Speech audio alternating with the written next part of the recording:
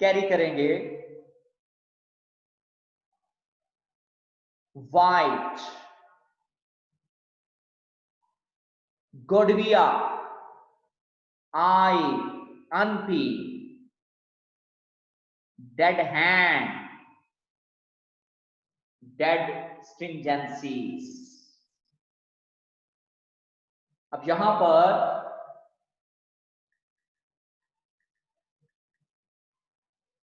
जो एक अलूजन जो है वो कोट हुआ है गोडविया,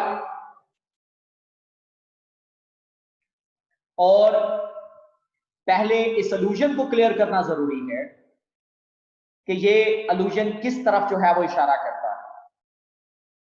हिस्टोरिकल अलूजन उसने कोट किया है और हम सबसे पहले इसी अलूजन की तरफ जो है वो बात करेंगे।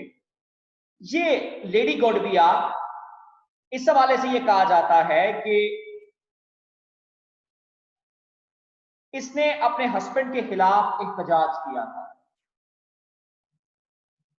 और ये नोबल वेमन रही है एंग्लो सैक्सन पीरियड की,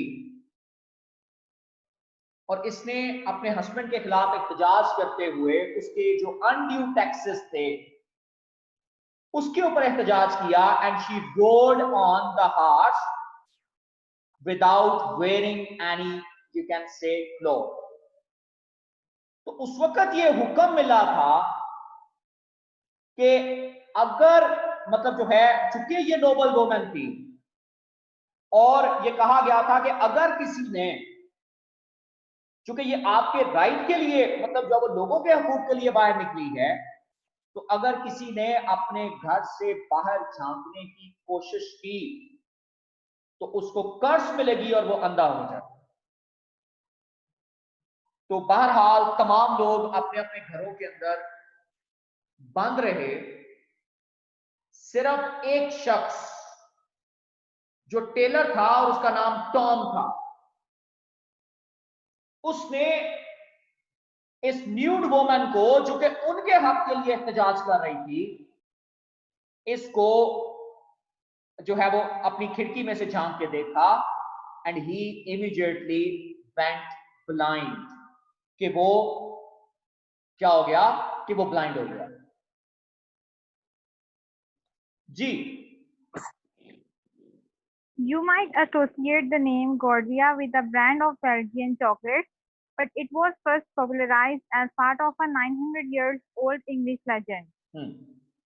The original Lady Gordia was an 11th century noblewoman married to Leofric, the powerful Earl इसने of लोफ्रिक से शादी की, the powerful earl of Mercia Mercia. And यमर्किया एंड लॉर्ड ऑफ कमेंट्री। इस औरत ने उससे शादी की। जी, As the story goes, Gordia was troubled by the crippling taxes Leofric had levied on the citizens of उसने वो Coventry. मतलब इस बात के ऊपर बहुत ज्यादा परेशान होती है कि उसका हस्बैंड जो है वो अपनी जनता के ऊपर बहुत ज्यादा टैक्सेस लगाता है। जी, After she repeatedly asked him to lessen the burden, Leofric quipped that he would lower taxes only if he rode naked on horseback through the center of town. so after she Determined to have repeatedly the asked him to lessen the burden, Lofrid quipped that he would lower tax only if he rode naked on horseback through the center of the town. कि अगर तुम घोड़े की पुष्ट पर बगैर लिबास पहने अगर तुम जाओगी तो तभी जो है वो मैं इन टैक्सेस को इनसे हटाऊंगा।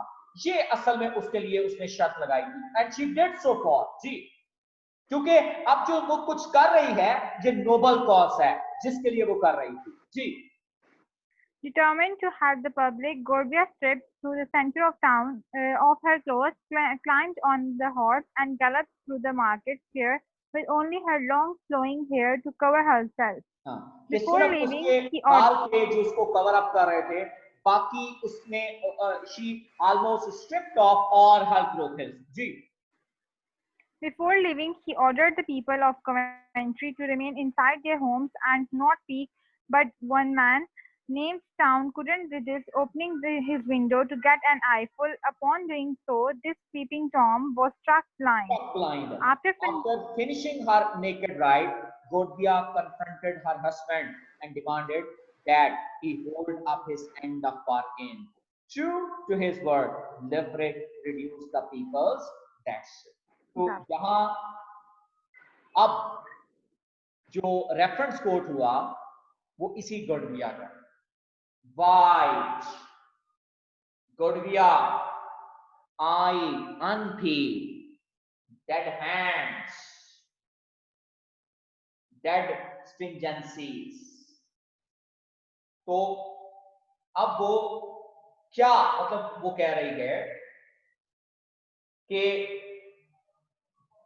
डेड stringencies, अब उसके अंदर वो उस तरह से वो स्ट्रिक्टनेस नहीं, डेड हैंड्स, कि घोड़े की राइड से वाइट गोडविया आई unpaid, के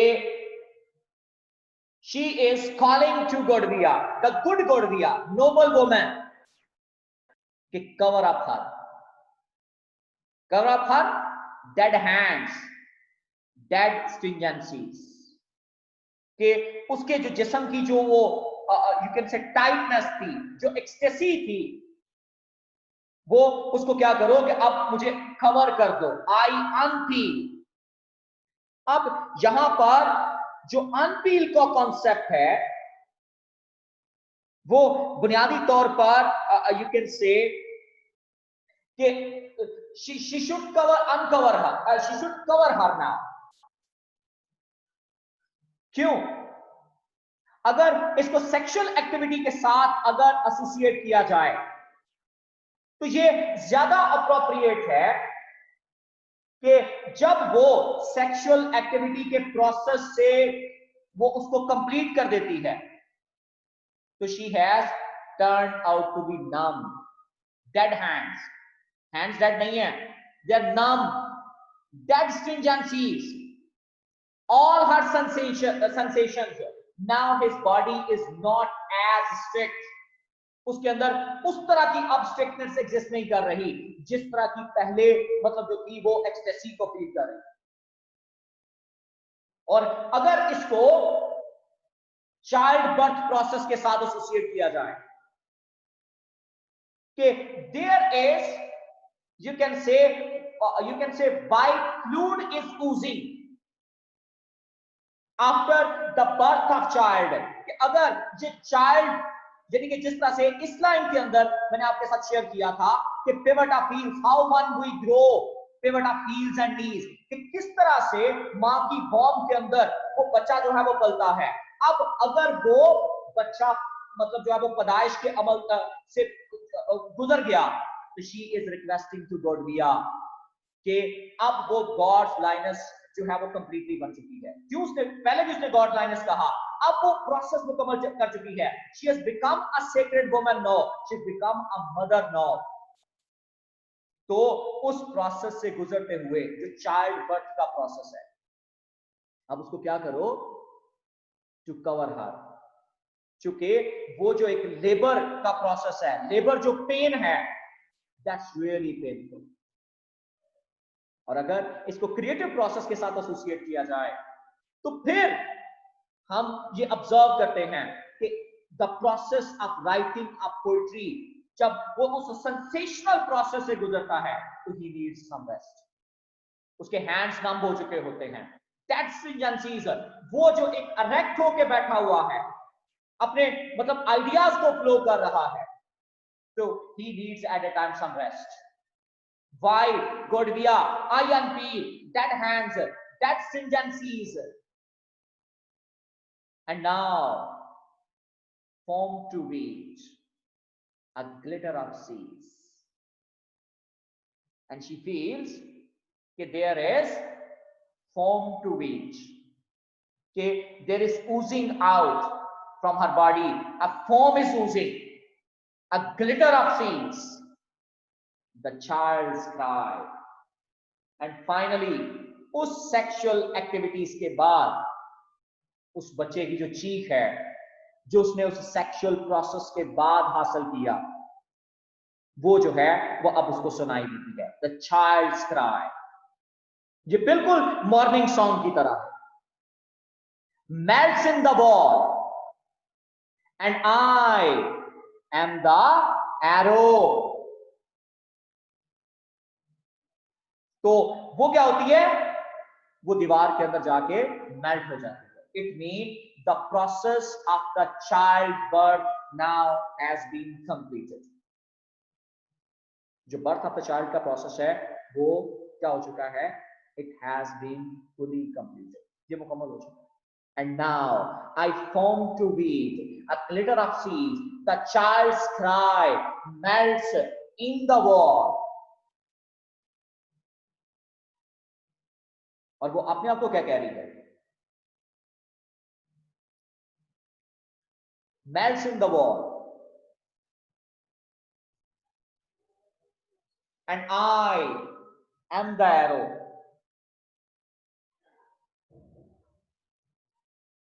वो अपने आप को क्या, now what is she saying herself? And I am the arrow. क्या मैं कोई तीर हूं?